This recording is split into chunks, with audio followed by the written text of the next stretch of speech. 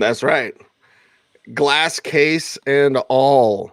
For the Week 14 preview here on the Audible, it's the footballguys.com podcast. It's Cecil Lammey.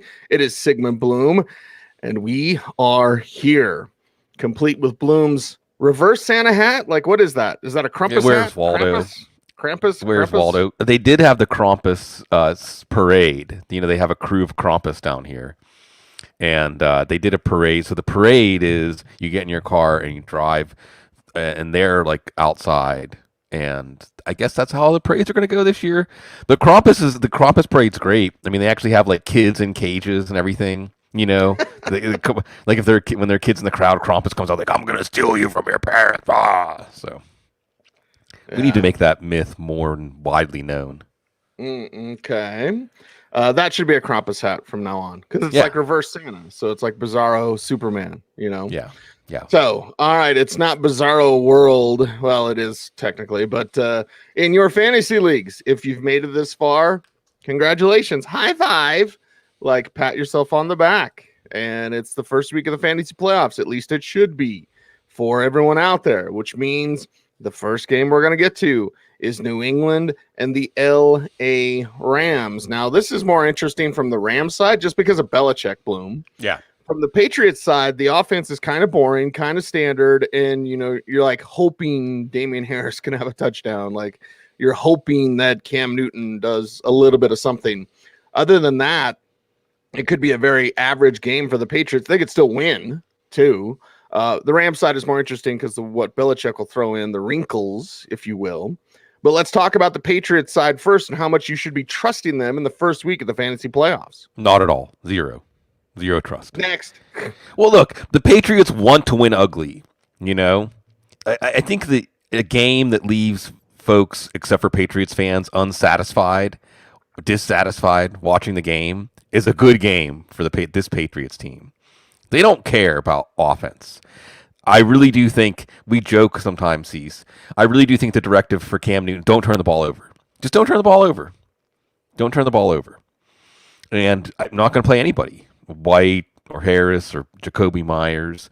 The only reason you might play a New England option is if you think the Rams are going to have success on offense and force Cam Newton to throw more, and then maybe some Jacoby Myers. I'm not sure if Jalen Ramsey's going to travel with him. Talk about a game where Jalen Ramsey's basically wasted. Rams defense, there you go. Maybe play the Rams defense if you think the Rams are going to have success on offense. But it's just how Belichick likes it, Okay, we don't. It's not a beauty contest. There's no artistic impression judges in the NFL. They all count the same. This is a big game too. Super Bowl rematch. We always like to bring that up, Cease. And this is a Super Bowl rematch where the storylines from the Super Bowl is recent enough affect the storylines from this game. They are the storylines from this game basically, except for the quarterback difference. The offense difference, not that the Patriots offense was humming in the game they won the Super Bowls, because Josh McDaniels decided to go with 22 personnel, but spread. They'd never done it before. So what do the Patriots have in mind they never done before in this one? I don't think they need to get cute with it. I think they're going to rely on the defense. And I got to point out, Cease, that KGB, our man, just became an uncle this morning. And last time this game was played, Bill Belichick was Sean McVay's daddy. Okay, I like that. As Bloom then goes to drink his tea. What are you drinking this morning? Tea? Just coffee. Just coffee. Okay, it's just coffee. I had my juice already. Although I'd have a bottle of this right next to my desk. So, if things get out of hand, then it's time to jump into the Santo Sandy. Let's talk about that Rams side. And the Rams side is interesting because how's Belichick going to mess with them? Sorry, YouTube and Joe. Then again, how much trust is there in this running back situation, which is as three-headed can get, although, Cam Akers, someone you can trust a little bit more. They got to trust him to hold on to the rock, Bloom. So again, this game is a bunch of who do you trust? And it's Thursday. So for me personally, I don't have many players from either one of these teams. Right. Good. Because I wouldn't be considering him and be excited about him anyway. No. And the question is, does McVay get in the spirit of, if you can't beat him, join him? Right? Go ugly. Run the ball. What part of the Patriots defense do you want to take on? Do you want to have Jared Goff? Because remember, in the Super Bowl, it was cutting the cord. Belichick cut the cord. Whatever he showed Goff and McVay before that 15-second cutoff on the communicator, there was something different when the ball was snapped and Jared Goff was befuddled. Do you think Jared Goff has come long way that when he's out on his own, that he's going to be okay in the passing game? I mean, look, you're still going to play Kupp, you're still going to play Woods as like your wide receiver 3 flex, but you don't have a lot of excitement. Probably Cam Akers. We think he was the lead back coming in. We'll see what we see when the game is unveiled. Does Sean McVay lean more on the run in this one? I mean, see, the big question for me here, fantasy football aside, is what does Sean McVay do as a counterpunch? What does Sean McVay do to anticipate or at least even react to what Bill Belichick did? Maybe more Tyler Higbee, maybe more Gerald Everett. He focused on the tight ends in the game plan last week against Arizona. Not, they're what the heck tight ends. So this one's much more interesting from a football theory standpoint and really a reveal of these coaches' thinking in the second matchup. It's exciting, maybe not exciting for fantasy, but remember, New England is still hanging around, and they would love to try to win a playoff game or two ugly. And the Rams have a chance to win the division now that Seattle stumbled against the Giants. The Rams are a team. NFC's wide open. The Rams, why not us? And not having to face Belichick in the playoffs or the Super Bowl this time around. Houston and Chicago up next, and it's like, well, they're not going anywhere. So what are they going to do? And Deshaun Watson, that emotion that you saw last week on the sidelines, T.Y. Hilton coming over and kind of consoling his friend. Does that passion come out with some more fire? And the firepower may be lacking due to injuries and suspensions with that Texans offense, but there is Kiki Cutie, yes, your guy, the world's guy, the world embracing him. David Johnson back doing a little bit more, although Duke Johnson's still retaining a pass catching role, which hurts what David Johnson does. The tight ends are not in our circle of trust. Right. And on the road against the Bears, how will Deshaun Watson show more of that punch, more of that passion that he tried to show last week against the Colts?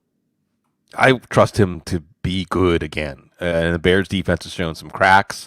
We saw the Lions have some success against them, especially late in the game. I think Deshaun Watson, it's a no-brainer, unless it's somehow you're weighing him against Patrick Mahomes or something like that. He's in your lineup. I think you got to go with Kiki.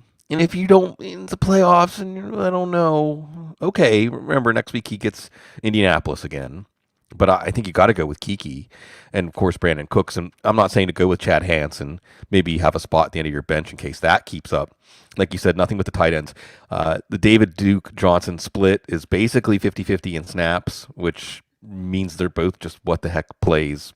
Duke in a PPR league, David Johnson in a non-PPR league. I wonder, Tim Kelly, come on, man. David Johnson is good. Why not put David Johnson in the slot sometimes? So it's like don't ask me. Bill O'Brien was the one that traded for them. And that's what we have. So I do think that you're going to see Deshaun Watson continue to really lean in, and he doesn't care that the team's out of the playoffs. Again, Texans fans, there's a lot of teams that are feeling worse. You have Deshaun Watson, and you're facing a team that probably would trade like the best 5 or 10 players on their roster for Deshaun Watson. Yeah, to trade it all because you're starting Mitchell Trubisky. Now, David Montgomery running hard, and obviously Allen Robinson, the circle of trust. Like, I don't know how, but yeah, he's getting it done because he's really damn good. But it's the Bears, Bloom, so nothing's jumping off the page outside of those two. Montgomery running hard and Robinson doing his thing despite being held back by that quarterback situation. What jumps off the page is the Texans matchup, right? Although we did see Colts offense slow down a little bit after they lost their backup left tackle. You love David Montgomery here. And if you were a David Montgomery fan coming out of Iowa State, you were, Cease, right? You like David Montgomery. Mm-hmm. I mean, the last 2 weeks, this is the running back that you pictured in the NFL. Play speed, faster, stringing moves together, and he's catching up. you got to go with him. I mean, the matchup dictated it anyway, but he's red hot. I'm not even sure there's been a running back that's been better over the last 2 weeks in fantasy football. Allen Robinson, again, lost in the Will Fuller suspension, is Bradley Roby suspension. You like that for Allen Robinson. And even Mitchell Trubisky is a 2-quarterback super flex option, maybe a streamer. It's Houston. Maybe DFS play. Even Anthony Miller, Darnell Mooney, as what the heck flexes. This is going to be an offensive game, I think. And Mitchell Trubisky is trying to redeem himself, I suppose, for his next team. The big question here is Chicago going to be looking for their next coach, for their next GM? Games like this may help give them some clarity. Yeah, they should already. They should know. They should know. Sometimes bad matchups create interest. And Dallas and Cincinnati is one of those. You're like, this could absolutely be awful, but I kind of want to see it. Now, other games on during that time, including the Broncos. So Lord knows I'll be glued to that action. But I'll definitely have an eye on Dallas and Cincinnati. And the Dallas side of things, I'm getting a lot of Ezekiel Elliott questions, Bloom. And and every year, this is the first time that I've brought this up in a while, but every year in the first week of the fantasy playoffs, I talk about dearly beloved former girlfriend Marcy Rossman. And the Marcy Rossman rule: you dance with who brung you. And if you're new to the show, you're just going to sit back and listen to this horrible story about how I'm a jerk because I took Marcy to my homecoming. I didn't date anyone from Grover because I was related to everybody. So a few years ago, I went to my class reunion, Bloom, and Stacy said, she's like, "Hey, you're going to run into any old flames?" And I was like, "What, my cousins?" Like, I didn't date anybody from Grover. It's too small. There's 8 people in my class. So anyway, I dated Marcy from beautiful Eaton, Colorado, home of Austin Eckler. Yes. And so I took her to the dance, and I left her at the dance by herself where she didn't know anybody, so I could go drink beer and egg the principal's house because, it's all about Mr. Hatch. He's bad dude. Although it wasn't that bad. Anyway, so I came back, and she was mad, and we broke up. And that's the Marcy Rossman rule. I should have danced with who brung, dance with who brung you. I should have danced with Marcy. Should have done that, Bloom. So there you go. And I love when Marcy will message me this time of year and be like, people are messaging me. They're hearing you talk about this. And she thinks it's funny. So shout out to Marcy, man. And shout out to the good friends, longtime friends there as well. So the Marcy Rossman rule: dance with who brung you. Does that include Zeke? I'm getting a lot of Zeke questions. And, it all depends on who else you're starting. Right. But a lot of the times, Bloom, I'm that guy, and maybe that's the wrong strategy, and maybe things have passed me by. Like, I'm open to all of those things, but I'm that guy. If I get there with a certain player and he's got a bad matchup, or whatever, but if I get there because of this certain player, I am starting him.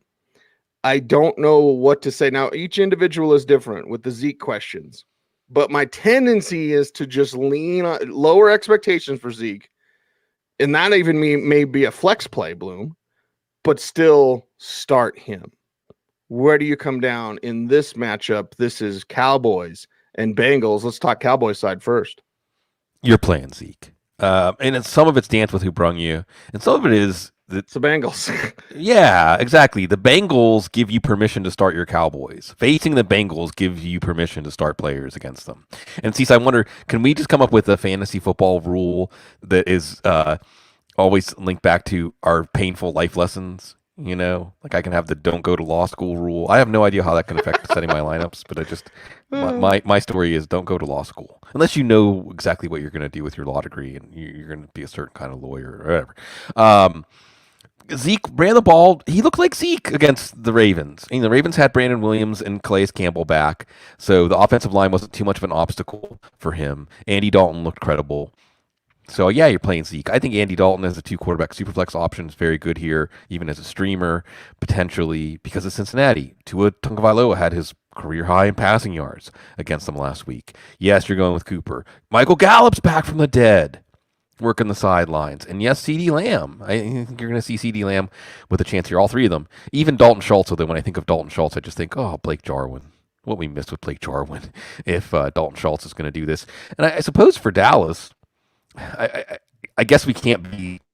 They're going to keep Mike McCarthy, right? I mean, there's no chance that they're going to fire Mike McCarthy. But this is the kind of loss that could give them pause. Can you get this team up for this game? You still be able to beat the Bengals, who should be picking what, top 3, top 4. Dallas probably picking top 6 or top 7 on their own. Couldn't compete in this NFC East even without Dak Prescott. Cowboys, not exactly what Mike McCarthy and company were expecting the first year. Bengals, maybe not what they were expecting the first year with Joe Burrow, but as Jonah Williams went on air this morning, I don't know why they should have expected anything else. Yeah, it's all bad. But on the Bengals side, you feel a little bit more excited because of the Cowboys matchup. So it's like you've got two teams who could be feeling their oats on Sunday, Bloom, not because they're great or they're trending in the right direction, but just because of their opponent. Now, with the Bengals, okay, maybe T. Higgins. What are you doing about that running back situation? Like, there's some questions on that side, but questions that also make you a little bit more excited based on it's the Cowboys. And if the Cowboys have success, well, they're going to have to put the foot on the gas. You're not sitting on a ball. So how does that affect your decisions when it comes to Cincinnati players? Again, you get permission, but permission to start who? Because unlike Andy Dalton is still Andy Dalton revenge game, right? Andy Dalton is still a credible NFL quarterback. Brandon Allen and Ryan Finley, Allen left late with a chest injury. It doesn't matter. And, I suppose Giovanni Bernard gets more into the flex range because of how poor Dallas's run defense is, but can the Bengals execute enough to take advantage of that? I don't know. So, if you're thinking Gio versus Zeke is close, you're overthinking it. It's not close. I mean, I'm not saying it's impossible for Gio to outscore him, but to take advantage of a weak defense, you have to have an offense that is functional. And I don't know if the Bengals have that right now.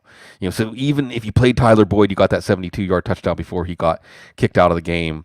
It is Dallas. He's a wide receiver 3 flex, similar with T. Higgins. Wouldn't be surprised. Maybe even you go with the Dallas defense. Alden Smith and Randy Gregory, the redemption boys.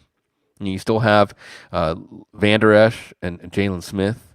So, there's some playmakers there, and Dallas's offense should be able to build a lead here. Drew Sample, I guess it's the struggle target, Cease. And when you're Brandon Allen or Ryan Finley, you're always struggling. It doesn't matter who the opponent is. You're always looking for the struggle target. So maybe Drew Sample as a what-the-heck tight end. Get Joe Burrow an offensive lineman, please, in the first round, in the second round, the third round, all the rounds. All of the rounds, every single round. Free agency, all that. Trade everybody, get him, and protect him, and then hope that he can come back and be what he was during his rookie season. Next up, Kansas City and Miami.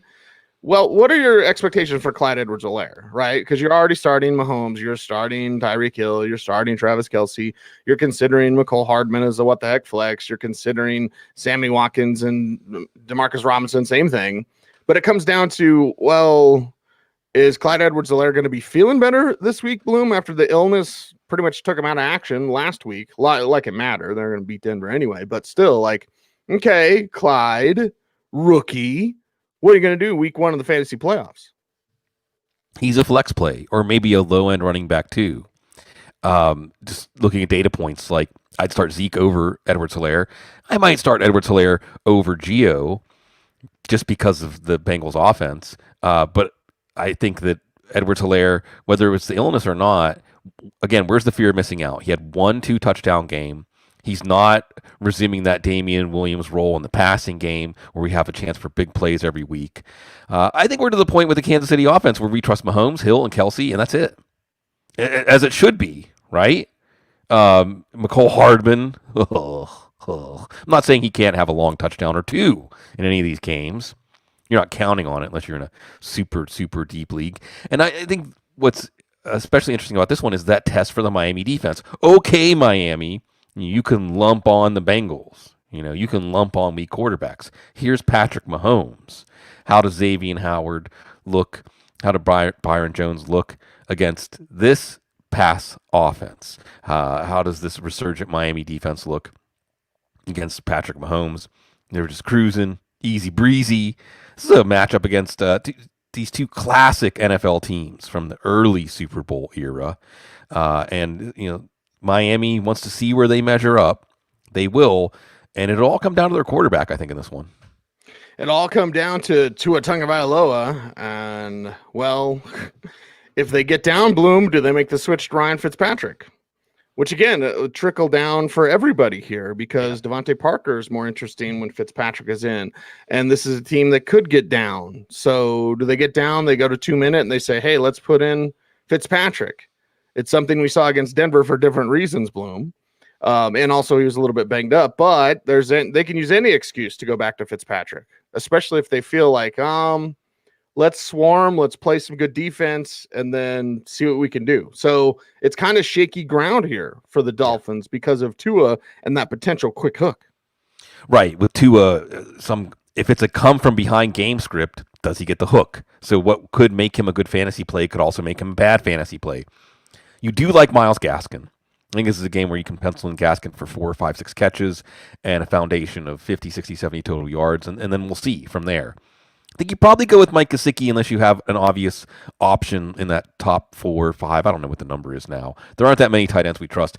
Gesicki looked fantastic last week, and you see the chemistry. And that's probably why I'm hesitant on Devontae Parker. You just don't see the connection yet. You just don't see the chemistry. And I'm not even sure who else there is in this offense that we would look to. So, this is a test for Miami of when they have to rely on their offense to keep them in a game and not just their defense to control the game. See maybe what Brian Flores has up his sleeve. This is a game for a team that has shown a willingness to go with trick plays, willingness to go outside the box. What do you have up your sleeve here? Because this is a Miami team that next week gets New England, and then all of a sudden, if they lose this week and lose to New England, now they're 8-6. Now this great story of turning it around and making it to the playoffs in year 2 of this rebuild, because that's what so many teams are asking right now. Teams are looking at Miami and saying, well, if we do it, burn it down to the ground, and by year 2 we're contending, yeah, let's do that, right? Like Philadelphia is saying that, Chicago is saying that. Like fans of those teams are looking at Miami, but it's up to Miami to finish the deal, and at least in this game, show that they can be a credible opponent and not just the gap, whatever their record is, between them and the real playoff teams in the AFC. And people have to realize Miami had Adam Gase. So it's like they had talent, right? They had talent. It's there. It's just not well coached. So then when you get a better coach and you get a bunch of picks and you get some better players, now you see this. So be careful. Yeah. Be careful with thinking that Bears and Eagles fans. How about Cardinals fans, Bloom? Excited to go up against the G-Men and the Giants this week. Arizona and the Giants is the game up next. And, well, Kenyon Drake, Chase Edmonds continues to have some complications for fantasy GMs. Kyler Murray may not quite be himself, Bloom. So, again, confidence level. I think this whole show should be about trust. Mm-hmm. Who do you trust? How much? Because you look at the matchup, you go, I like it. I really like it against the Giants. But Kyler hasn't been himself. He's got that shoulder thing. How does that trickle down for Nuke, for everybody else, and that running back riddle we see every week? It is a riddle. And look, Arizona's offense wasn't that great last week. I know Kyler threw 3 touchdowns. One of them was just off of a muffed punt. He didn't throw for a lot of yards. It wasn't a very efficient offense. And it is that circle of trust issue, right? And there are some tough choices. We can do like a little mini on the couch, right? Like I'll just react to me, Cease, okay? Yes. Kyler Murray or Ryan Tannehill going to Jacksonville? Tannehill. Right. So you can start seeing this. Kyler Murray or Ben Roethlisberger against Buffalo? Oh, Ben. Right. So, some of these quarterbacks that you might have taken as your backup, Kyler Murray or Justin Herbert against Atlanta? Herbert. Yeah, there's not a lot of these where if you have to pause and think about it. Kyler Murray or Kirk Cousins against Tampa, or Tom Brady on the other side of that matchup. Well, the fact that Kirk Cousins has 2 top 5 fantasy receivers. Right. I'm going to roll the dice on those guys. Right. Matthew Stafford against Green Bay, maybe that's one where we pause. I guess you're going too far if you say I'm starting Teddy Bridgewater against the OJ Bouye-less Denver team. Maybe that's going too far. Or Taysom Hill against Philly, Taysom Hill or Kyler Murray. Yeah. We painted the picture here. You're not crazy if you put Kyler Murray on the bench because he's facing the hottest defense in the league right now. Giants are feeling their oats. Kyler Murray's not. And I think that it's very possible that we're going to get one of those post-season notes that, well, yeah, Kyler Murray was playing with a very painful shoulder injury that was limiting him as a runner and was limiting him as a passer. Because he can't run when he knows if he takes a hit on the shoulder, he's not going to feel right for the rest of the game. He can't run with the same abandon he had before. Will Larry Fitzgerald be back? I don't know. Maybe you're looking at him or Andy Isabella because you got James Bradbury and DeAndre Hopkins. Here's another reason to break ties against Kyler Murray. James Bradbury on DeAndre Hopkins. So there's that comfort zone. Dan Arnold, here's your what the heck tight end. Is it a Dan Arnold week?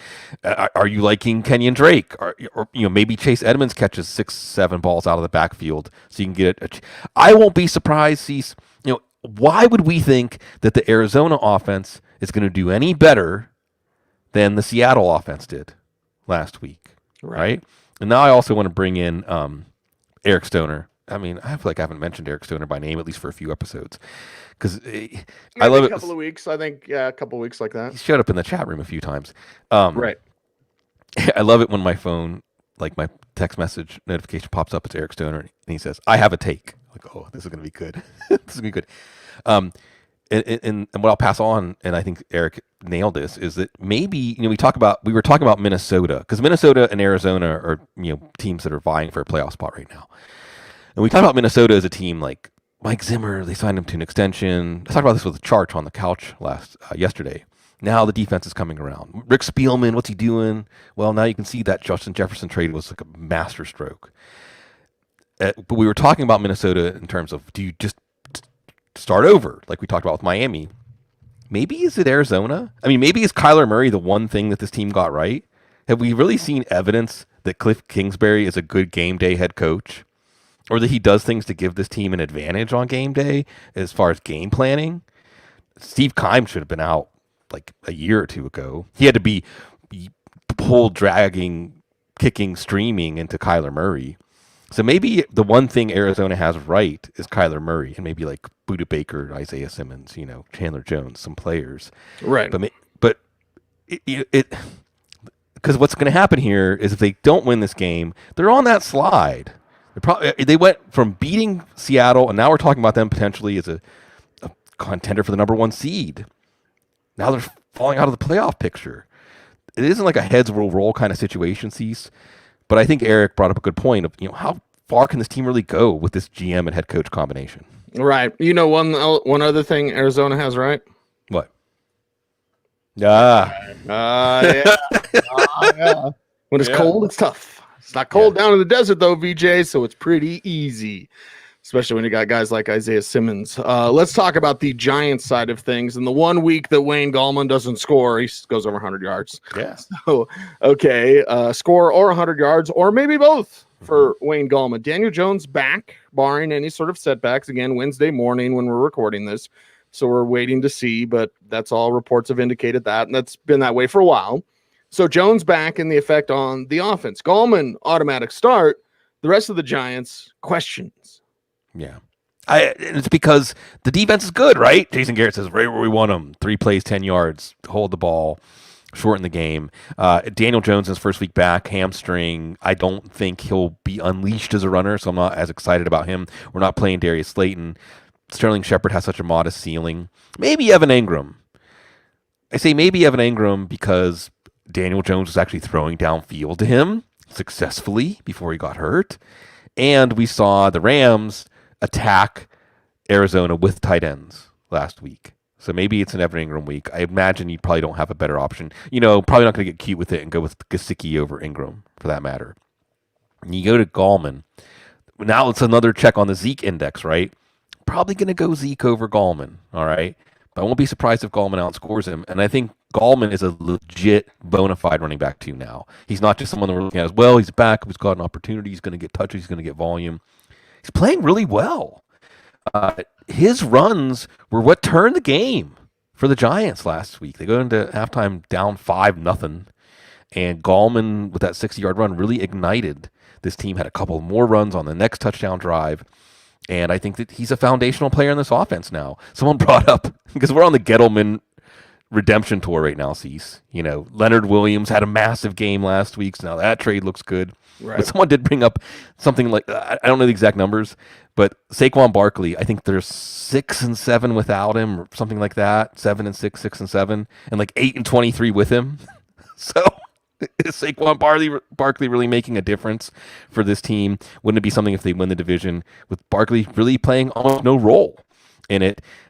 This game looks very different. Like a month ago, pencil in the W for Arizona. Now I'm pencil in the W for the first place, no laughter, Giants.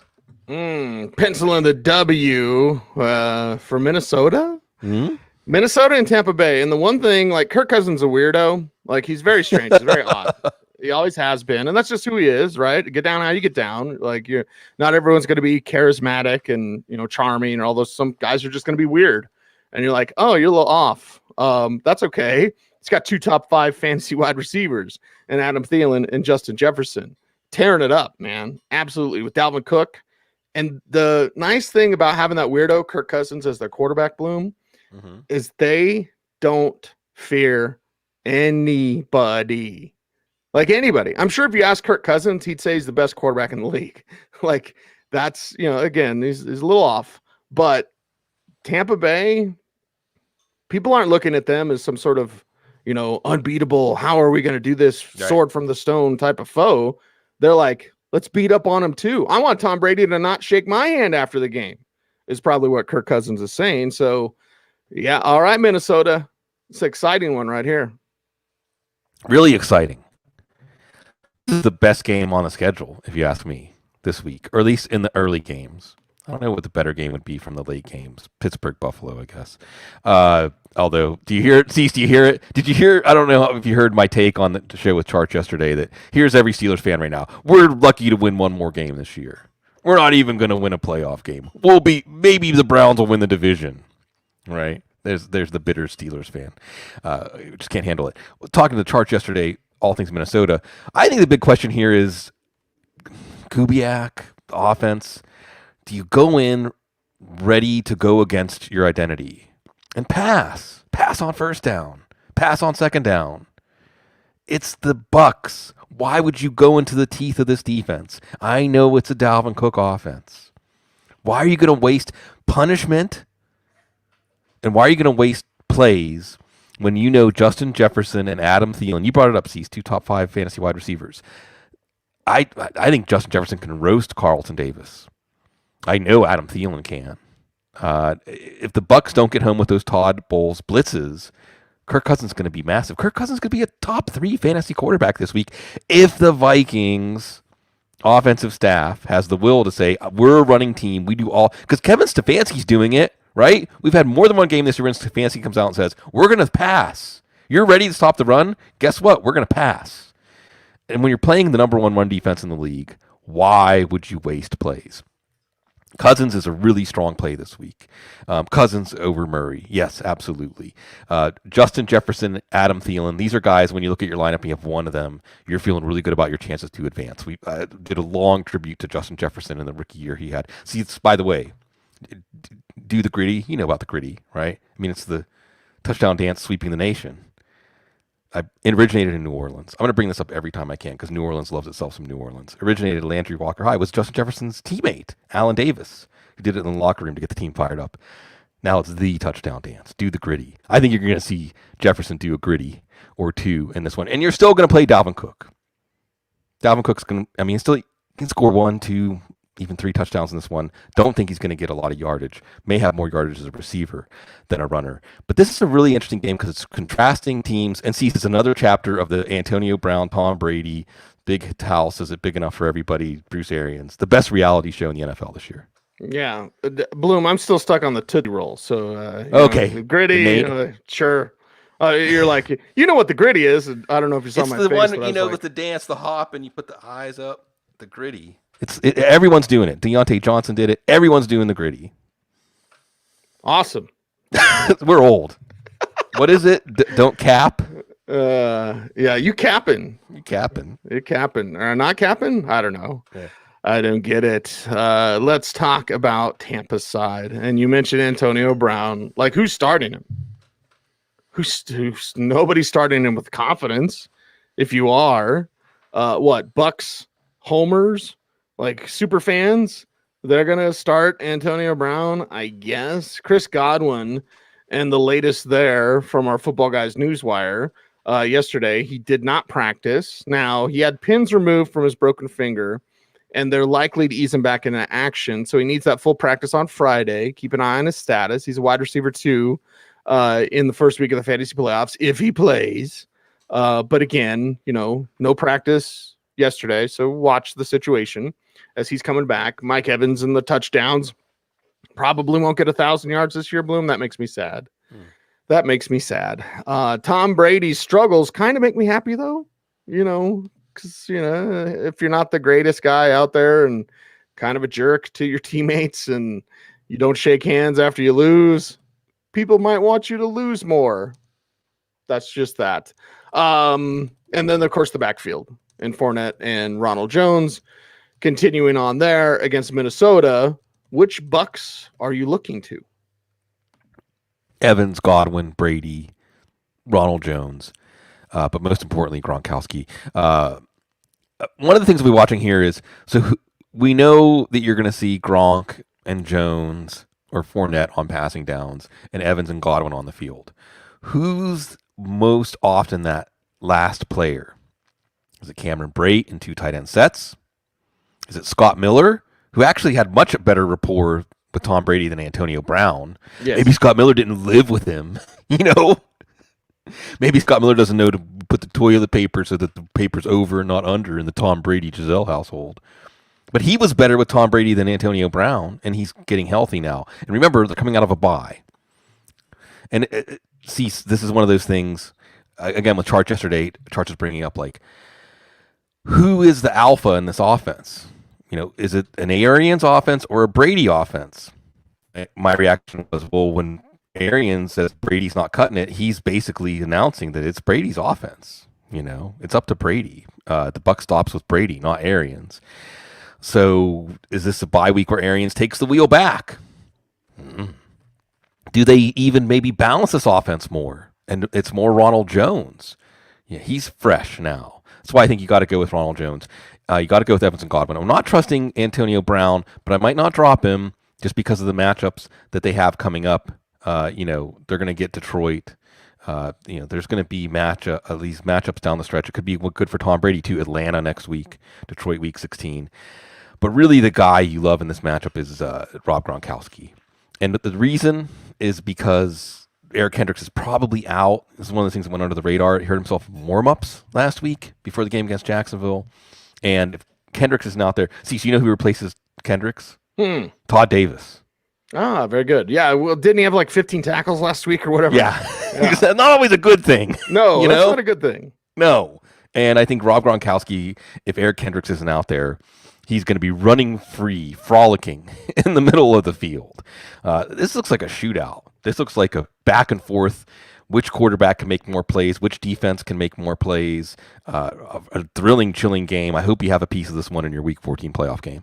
You rooting for the weirdo or the jerk?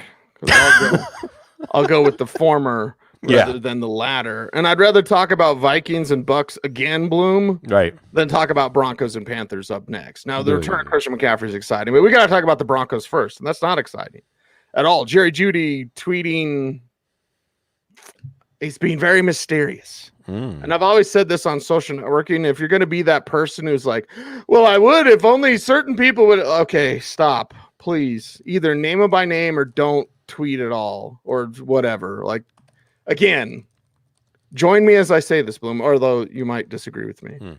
Twitter is for the lowest common denominator. Like Jerry Jeudy putting out his thoughts and feelings on supposedly Pat Shurmur and maybe about Drew Lock and whatever. It's like, okay, kid, I know you came from Alabama and you win all the time. The Broncos aren't that.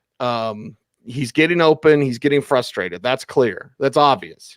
Anyone that's denying that is paid by the team. There's no way. Jerry Judy's fine. He's totally fine. Like, no, Jerry Judy's pissed off, man, because he's getting open all the time. His quarterback doesn't even look at him, doesn't see him, doesn't understand the concepts.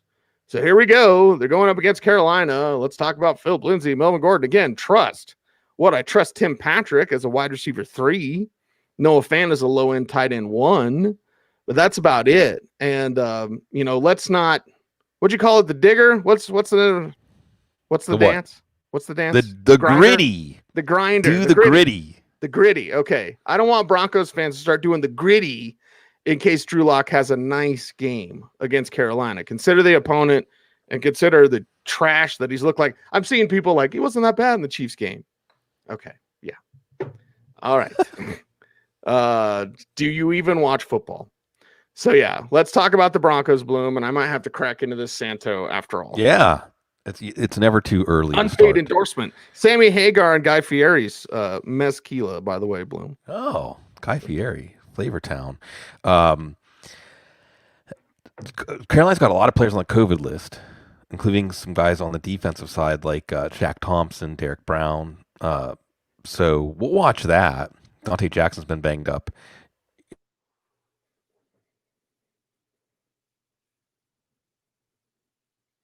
Yeah, we'll watch that.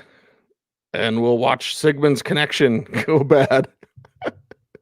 Oh, right there on the Broncos game, right? That's what it had to do. Right there on the Broncos game. So, hey, it's me. It's all me. As we'll wait for Sigmund to come back. Listen, do you want to start your Broncos? Do you want to start them with confidence this week in this game? The answer again, Tim Patrick, wide receiver 3. I guess Melvin Gordon as a low-end RB2. Philip Lindsay as a flex play. And again, like Bloom said, we'll watch the COVID list. We'll see how everything goes as Bloom texts me now.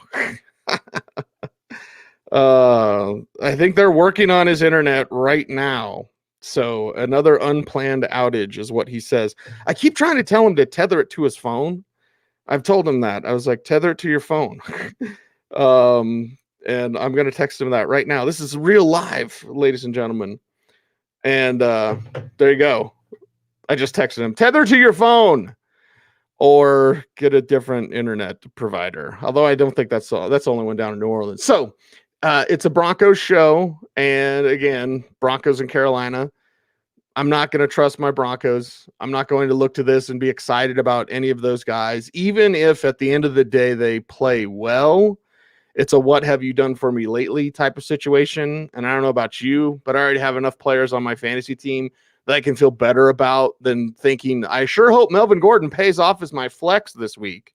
Some of you may play in certain leagues if, that's the format that you can say, all right, I don't, that Gordon's my choice. Gordon's my best choice. No, not for me. Not in that situation. Carolina side of things. Carolina Panthers, of course, getting Christian McCaffrey back. McCaffrey back is going to be huge. This isn't necessarily a revenge game for McCaffrey. The Broncos were never in place to take McCaffrey, although they should have found some way somehow to move up and get the kid. And one thing about Christian McCaffrey, people will be worried about his conditioning. Well, he's been practicing. So the conditioning I'm not as worried about. People worry about, that first week. What does it look like coming back?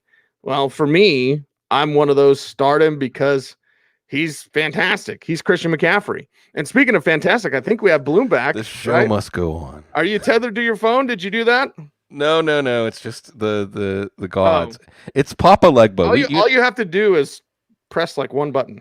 Okay. You don't have to set it up. You should just be able to tether. Okay. We'll talk about that after the show. Thank you. Okay. This is all Papa Legba. We're not making the right he's the crossroads and the crossroads of communication too. So thank you, Cox Communication. Sorry folks, the show must go on, must always go on. Winding up to the Denver take real quick. They suck. Next. Yeah, look, Melvin Gordon's running better. So he's at least a what the heck flex. Tim Patrick, and we talked about him on the recap show and how Drew Lock on the waiver wire show is using him. Maybe a little Noah Fant. I'm always curious how they're using KJ Hamler. But like you said, Cecil, it's kind of all for naught because the offense sucks. And we'll see. We'll see. This is definitely a turn the page kind of game. Yeah, turn the page to the DBs, as Brandon points out. The Broncos will be starting Michael Ojemudia, Devonta Bosby, and Duke Dawson with their situation with AJ Bouye. A terrible trade. He's now suspended 6 games. He won't even be here with Denver next year. Bryce Callahan, a shocker. He's hurt again, his foot injury. And then Isang Bassi, their undrafted kid from Wake Forest, he's out. So, okay, but here's the other thing, Bloom. Everyone not named Robbie Anderson in the wide receiver group's on the COVID list. Right. So we're watching for Curtis Samuel. We're watching for DJ Moore. They don't use Ian Thomas, although he's a better tight end than his numbers will ever show you. And Teddy, the type of pressure that Vic Fangio will build. Vic Fangio's defense will build pressure. It will confuse a quarterback. Teddy's smart and accurate. He can be smart and accurate going to Christian McCaffrey. As I was saying before you jump back in, Bloom, like, I'm not worried about McCaffrey first week back. Starting him in every league. Expect him to be top 5 fantasy running back this week, especially against the Denver defense that's lost its teeth. Yeah, and I think I brought this up with Chark yesterday, Cease. Wouldn't it be fitting in this year of survival that if you drafted McCaffrey 1 overall and you survived and made it to the fantasy playoffs, he's going to lead you the championship? The question is, can you survive without the number 1 overall pick, most valuable player in fantasy football? If the answer was yes, you're feeling really good. So even without, and I think DJ Moore tested positive. I'm not sure about Curtis Samuel. We'll see. But it's obviously Robbie Anderson week. It might be a Teddy Bridgewater week. It's absolutely a Christian McCaffrey week. And if it's not a Teddy Bridgewater week, if he is confused and flustered by Vic Fangio, will week 15 be a PJ Walker week? So that's something to watch here. These teams are absolutely looking to the future right now. I know that one team has to feel better about their future than the other. One team certainly does. And the final game that we're going to talk about, part 1 of this very interesting Week 14 preview, that's Tennessee and Jacksonville, Bloom. And you brought it up with Tannehill earlier. Tannehill against Jacksonville, yes, please. All day, every day. And, of course, you're starting Derrick Henry. That's not a question or a doubt there. You're saying, all right, what can those wide receivers do for me this week? And is there something there with maybe not Jonnu Smith, but Anthony Ferguson? Right. So AJ Brown was a little, had scared us last week. Don't do that, AJ. We all love you. Corey Davis certainly playing up to his potential finally. So the Tennessee side's got a little more excitement than we normally think. And when it's Derrick Henry against Jacksonville, it's going to be a lot of Derrick Henry. So that's the question, right? Tannehill, is he going to get more than 20 attempts, 25 attempps? A.J. Brown's a little banged up. You're still going to play him, but let's watch, see if he's wearing down. That could give us more Corey Davis. Adam Humphries back on IR with a concussion. Ugh. I hope everything's okay there.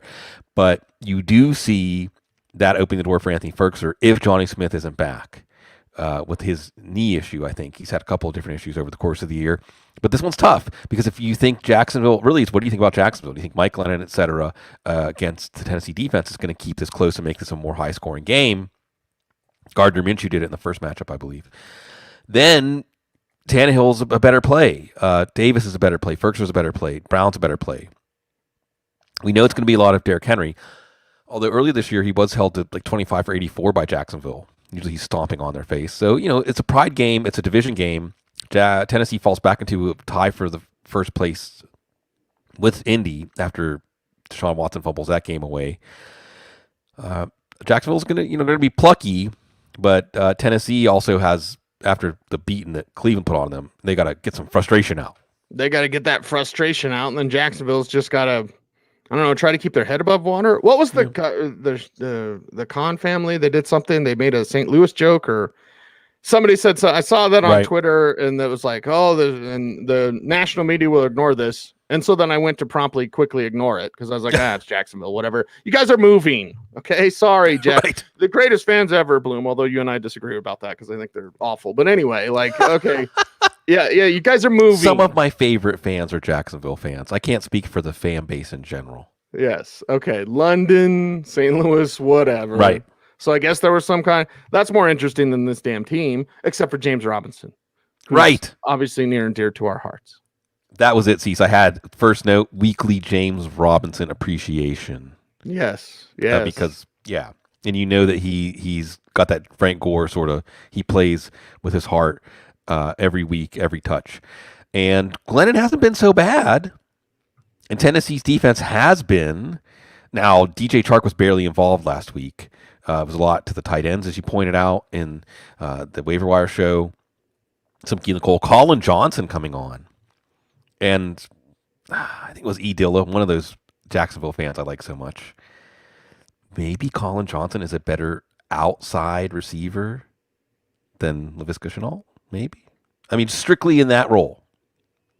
Well, Viska, you move all over the place. Right. I wouldn't necessarily want him outside because he does too much other things that are good. So yeah, that's not terribly a hot take, but no. Interesting observation. Well, the point being that you can see something coming into focus here with Chark and Johnson and Shenault as your three receivers. Right. Johnson the point is that Shenault is not an obstacle to Johnson having a big role in this offense, and even as we go down the stretch here. Chark maybe still a what the heck flex because we know he can make some big plays downfield. It's a question of Glennon hitting him. Again, both of those tight ends, Eifert and O'Shaughnessy, having decent games last week. So what the heck tight end plays as Jacksonville tries to give a black eye to their divisional opponent. Okay. All right. That is a wrap for part 1 of the Week 14 preview here on the Audible. It's footballguys.com podcast. Maybe we started doing live reads for Cox Internet, Bloom. Exactly, Cox Internet, or by AT&T Fiber. Would you like to come to Bayou St. John neighborhood? You got a customer right here. Do you know the greatest? This sounds ridiculous, but one of the greatest assets that you can have as a talk show host, Bloom, shutting it off. Like you have to, did a behind the scenes. I'll let everybody know. Whatever. Did a Broncos TV show, and Matt Boyer was having like the worst internet connections ever, right? Mm-hmm. Way worse than yours, like way worse. And this is, this is going out on the television set. And so Matt got it figured out. And after the show, I told him, Matt, you did a really good job because when you do this, you got to kind of shut everything off and do the show, right? Project, entertain. Mm-hmm. You have to perform. You're performing. People just think, oh, you get a mic and talk. See, that's the general rule of thumb. Here's where I sound like an ass again, but whatever. Like anyone can have a microphone. Not everybody should, but you're performing, Bloom. So I credit to you, brother, live in front of everybody. Good job for cutting it out and then doing the show. Yeah, well, I learned from the best. And no, this is like a couch topic. Really a couch topic, but I think you're right about the performing, or more than performing. It's a way that we connect with each other on the Thursday night show or with the guest on the couch or whatever we're doing, but at the same time with an understanding that this is for everybody. That you said, basically we're getting up and saying, listen to me, I've got something to say, cannonball, So when you do that, you have to at least compose yourself and project in a way that is with that in mind. Most importantly, always, of course, be human. Be a human being. Mm-hmm. So it's fun. We're lucky, and as we've talked about on and off the air, don't encourage us. The crowd we have encourages us, embraces us, and takes away any of that edge of fear or worry about how people will perceive you, which makes it a lot easier. Just let it flow.